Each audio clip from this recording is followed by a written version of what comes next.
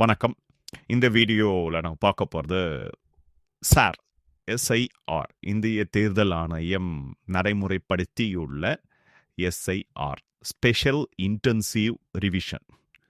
ஓகேங்களா? இந்திய தேர்தல் ஆணையம் இது கொண்டு வந்திருக்கு. 2025 இது ஸ்டார்ட் பண்ணியிருக்காங்க. இந்திய தேர்தல் ஆணையம் இதுக்கு சொல்லக்கூடிய விளக்கம் என்ன அப்படின்னா, to update, authenticate and purify the electoral rolls. வாக்காளர்கள் அந்த லிஸ்ட்டை வந்து நாங்கள் அப்டேட் கொடுக்குறோம், இன்னொன்று சரி பார்க்குறோம், இன்னொன்று அதை சரிப்படுத்துகிறோம் அப்படிங்கிறதுக்காக தான் இந்த எஸ்ஐஆர் ஸ்பெஷல் இன்டென்சிவ் ரிவிஷனை கொண்டு வரோம் அப்படிங்கிறாங்க. ஒரு சில இதில் அந்த எஸ்ஐஆரை வந்து எஸ்எஸ்ஆர் அப்படின்னு சொல்கிறாங்க, ஸ்பெஷல் சம்மரி ரிப்போர்ட் அப்படிங்கிறாங்க.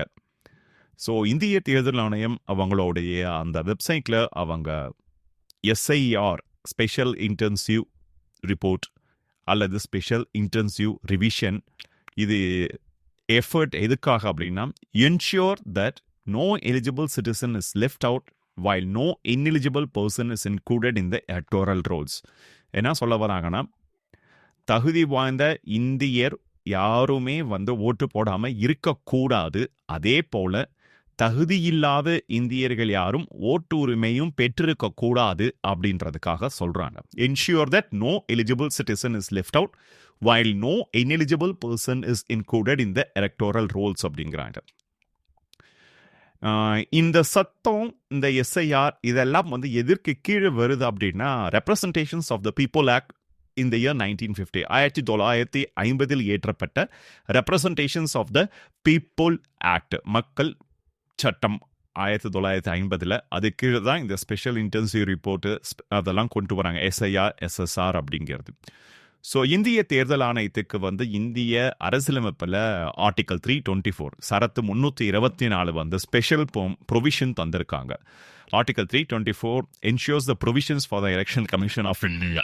வந்து இந்திய அரசியலமைப்பில் வந்து ஸ்பெஷல் ப்ரொவிஷன்ஸ் அவங்களுக்கு தந்திருக்காங்க இந்திய தேர்தல் ஆணையத்துக்கு. அது வந்து எலெக்ஷன் கமிஷன் ஆஃப் இந்தியா அப்படின்றதுக்கு அது டீல் பண்ணுது. இவங்களோட வேலை என்னன்னா, to ensure a clean, error free and verified electoral role for all the upcoming elections. இந்தியாவில் நடக்கக்கூடிய அனைத்து தேர்தல்களுமே, அது வந்து சட்டமன்ற தேர்தல், பாராளுமன்ற தேர்தல் எதுவாக இருந்தாலும், அதில் வந்து clean, error free and verified electoral role வந்து அவங்க அதை வந்து செயல்படுத்தணும். அந்த வாக்காளர் அந்த லிஸ்ட்டு வந்து கரெக்டானதாக இருக்கணும். அதில் எதுவும் போலி வாக்காளர்கள் இருக்கக்கூடாது. ஒருத்தர் ஒரு தொகுதியில் தான் ரெஜிஸ்டர் ஆகிருக்கு, இன்னொரு தொகுதியில் ரெஜிஸ்டர் ஆகிருக்கூடாது. இதை எல்லாத்தையும் பார்க்கறதுக்கு இந்திய தேர்தல் ஆணையத்துக்கு முழு அதிகாரம் உண்டு. To verify citizenship, age and address details of the voters through linkage with the historic rules or supporting documents. இவங்க இந்த வீக்கை தான் தங்கியிருக்கிறாங்களா அப்படிங்கிறதையும் அவங்க வந்து ஆத்தென்டிகேட் பார்க்கணும், சரி பார்க்கணும். எதை வச்சு? இந்திய அரசு அவங்களுக்கு தந்திருக்கக்கூடிய ஆதாரங்களை வைத்து அதை வந்து சரி பார்த்து அந்த எலக்டோரல் ரோலில் கரெக்டாக இருக்கான்றதை செக் பண்ணணும். To enhance transparency, inclusivity and credibility இந்த இந்தியன் எலக்டோரல் ப்ராசஸ், இந்திய தேர்தல் வழிமுறைகளில் வந்து அந்த டிரான்ஸ்பரண்டாக எல்லாமே பர்ஃபெக்டாக நடக்குது அப்படிங்கிறதையும் அதனுடைய நம்பகத்தன்மையும் இந்த இந்திய தேர்தல் ஆணையத்தோட முதல் நோக்கமாக இருக்க வேண்டியது அப்படிங்கிறது. ஸோ இப்போ இந்த ஸ்பெஷல் இன்டென்சிவ் ரிப்போர்ட் அல்லது ஸ்பெஷல் இன்டென்சிவ் ரிவிஷன் இந்த இந்திய தேர்தல் ஆணையத்தோட இந்த நடவடிக்கைகளை எதிர்த்து மேற்கு வங்க முதலமைச்சர் மம்தா பானர்ஜி அவர்கள் வந்து சுப்ரீம் கோர்ட்டில் வாதாடிட்டு இருக்காங்க. நிறைய இதுக்கான அகேன்ஸ்ட் வந்திருக்கு. இதனுடைய கன்சர்ன்ஸ் ஆஃப் சார் பார்த்தீங்கன்னா, இதனுடைய ட்ராபேக்ஸ் என்னென்ன இருக்குன்னு பார்த்தீங்கன்னா, தேர்தலுக்கு முன்னாடி அவசரமாக இந்திய தேர்தல் ஆணையம் இந்த நடைமுறையை செயல்படுத்துறதுனால பல்வேறு அரசியல் கட்சிகள் இந்த இந்திய தேர்தல் ஆணையம் வந்து மத்தியில் இருக்கக்கூடிய ஆளுங்கட்சியான பாரதிய ஜனதாவுக்கு கைப்பாவையாக செயல்படுது அப்படிங்கிறாங்க. ஆக்சுவலாக இந்திய தேர்தல் ஆணையம் எப்பயுமே இந்த வார்த்தையை கேட்கும், எப்பயுமே இந்த வார்த்தையை அவங்க கேட்டுக்கிட்டே தான் இருப்பாங்க. காங்கிரஸ் இருந்ததுன்னா பிஜேபி என்ன சொல்லும், காங்கிரஸோட கைப்பாவை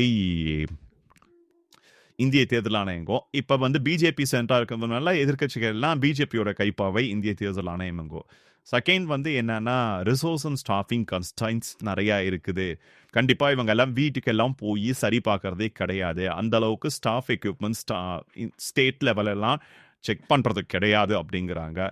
தேர்டு வந்து என்ன சொன்னாங்கன்னா, ப்ரொசீஜர் கிளாரிஃபிகேஷனே தப்பாக இருக்குது, அந்த ஃபார்மை ஃபில் பண்ணுறதே படித்தவங்களுக்கே அது ரொம்ப கஷ்டமாக இருக்குது, ஆனால் அது பாமர மக்கள் ரூரல் சைடில் இருக்கிற பீப்புளும் அதை எப்படி ஃபில் பண்ணுவாங்க அப்படின்றாங்க. பட் இந்திய தேர்தல் ஆணையம் என்ன சொல்கிறாங்கன்னா, நாங்கள் வந்து ரூரல் சைடு அப்படின்னா பார்க்கல, அவங்க ஃபில் பண்ணுறது கஷ்டமாக இருக்குது அப்படின்றதுக்காக தான் booth level officer, district magistrate, chief electoral officer, booth level agents எல்லாமே அதில் இருக்காங்க, ஹெல்ப் பண்ணுவாங்க.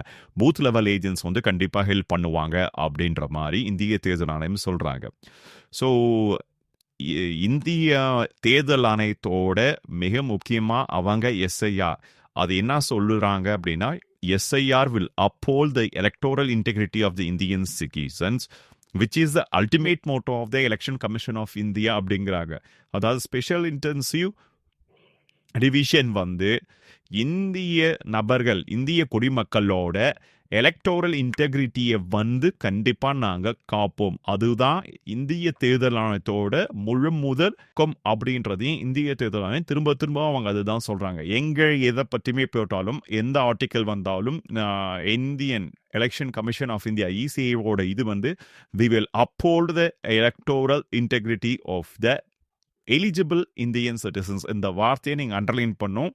Electoral integrity of eligible Indian citizens, அதாவது எலிஜிபிள் இந்தியன் சிட்டிசன்ஸ் அப்படின்றது எல்லாருக்கும் நாங்கள் எலக்டோரல் இன்டெகிரிட்டி எங்கள் தர முடியாது, அவங்க சரியான இந்திய குடிமக்களாக இருந்தால் மட்டும்தான் அப்படிங்கிறத சொல்கிறாங்க.